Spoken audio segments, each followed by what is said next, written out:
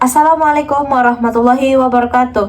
Perkenalkan, nama saya Dea dengan nomor induk mahasiswa 2420242014. Pada kesempatan kali ini saya akan menjelaskan tentang TBC atau tuberkulosis paru. Agenda kita akan membahas 7 pembahasan. Yang pertama adalah pengertian TBC, faktor penyebab TBC, tanda dan gejala TBC, cara penularan TBC, pencegahan TBC, beresiko tertularnya TBC, dan gaya hidup sehat dan pencegahan TBC. Baiklah, topik yang saya sebutkan tadi kita akan menjelaskan topik yang pertama, yaitu pengertian TBC. Apakah teman-teman tahu pengertian TBC atau tuberkulosis paru? Tuberkulosis paru merupakan penyakit menular langsung yang disebabkan oleh kuman Mycobacterium tuberculosis atau TBC. Penularannya dapat terjadi ketika pasien TBC batuk atau bersin.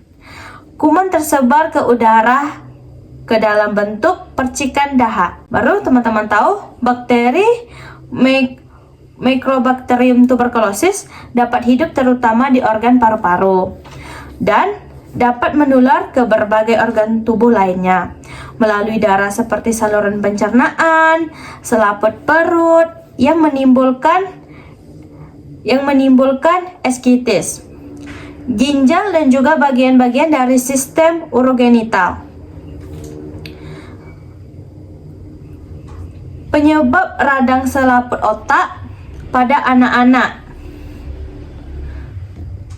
Baiklah, saya akan menjelaskan yang topik kita yang kedua, yaitu faktor penyebab TBC.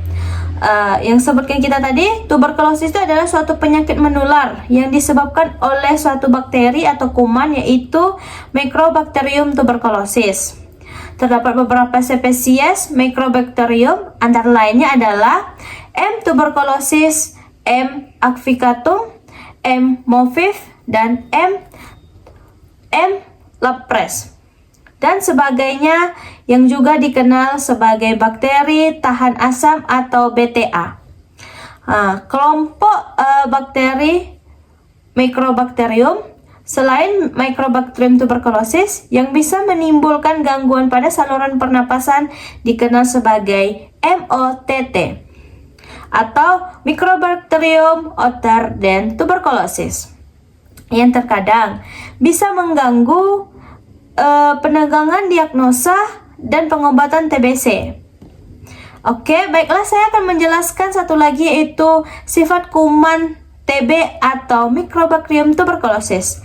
Yang pertama, dia berbentuk batang dengan panjang 1-10 mikro, lebarnya 0,2 sampai 0,6 mikron.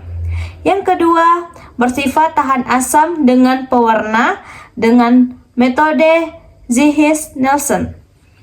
Yang ketiga, kuman nampak berbentuk batang berwarna merah dan pemeriksaan di bawah mikroskop. Yang keempat, tahan terhadap suhu rendah sehingga dapat bertahan hidup dalam jangka waktu lama pada suhu antara 4 Celcius sampai -70 Celcius.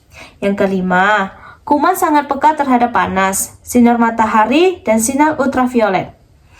Yang keenamnya, paparan langsung terhadap sinar ultraviolet, sebagian besar kuman akan mati dalam waktu beberapa menit.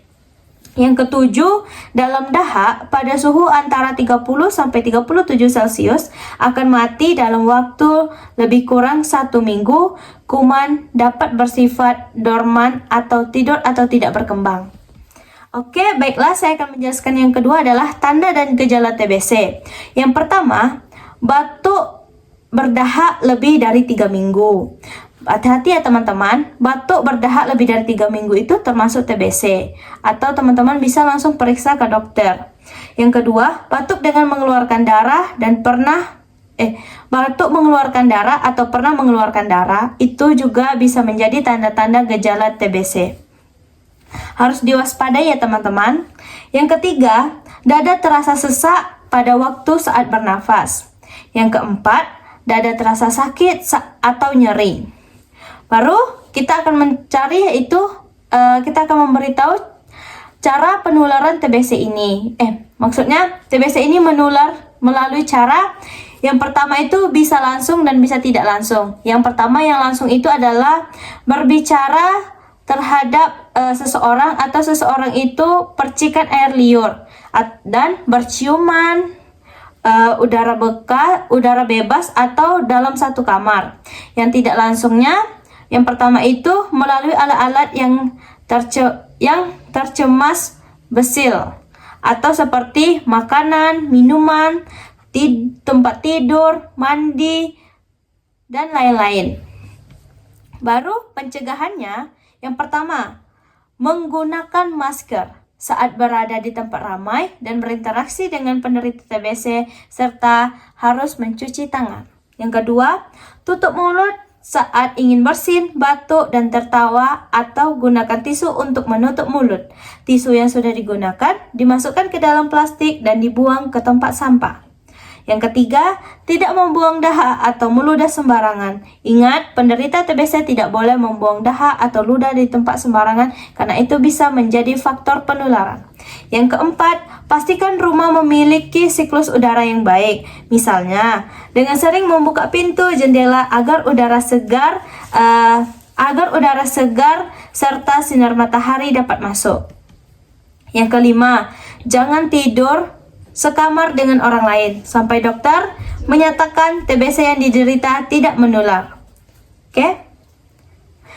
Yang keenam, khusus bagi penderita TBC, menggunakan masker ketika berada di sekitaran orang, terutama selama 3 minggu pertama pengobatan. Upaya ini dapat membantu mengurangi resiko penularan TBC. Baiklah, berikutnya adalah berisiko tertularnya TBC itu adalah yang pertama, anak-anak. Anak-anak itu sangat rentan bisa terkena TBC. Yang kedua adalah penderita HIV atau AIDS. Yang keempat, orang lanjut usia, perokok, menyita diabetes mellitus, kontak langsung dengan pasien TBC. Baru kita akan masuk ke gaya hidup dan pencegahan TBC-nya. Yang pertama adalah makan makanan yang bergizi untuk meningkatkan daya tahan tubuh. Yang kedua, mendapatkan imunisasi BCG sesuai dengan ketentuan dan jadwal yang telah ditetapkan. Yang ketiga, yang seperti yang disebutkan tadi, membuka jendela agar sinar matahari masuk ke dalam rumah dan udara menjadi segar. Yang keempat, menjemur alas tempat tidur agar tidak lembab. Yang kelima, olahraga teratur. Yang keenam, tidak merokok. Baiklah, segitu saja dari penjelasan saya. Terima kasih. Assalamualaikum warahmatullahi wabarakatuh.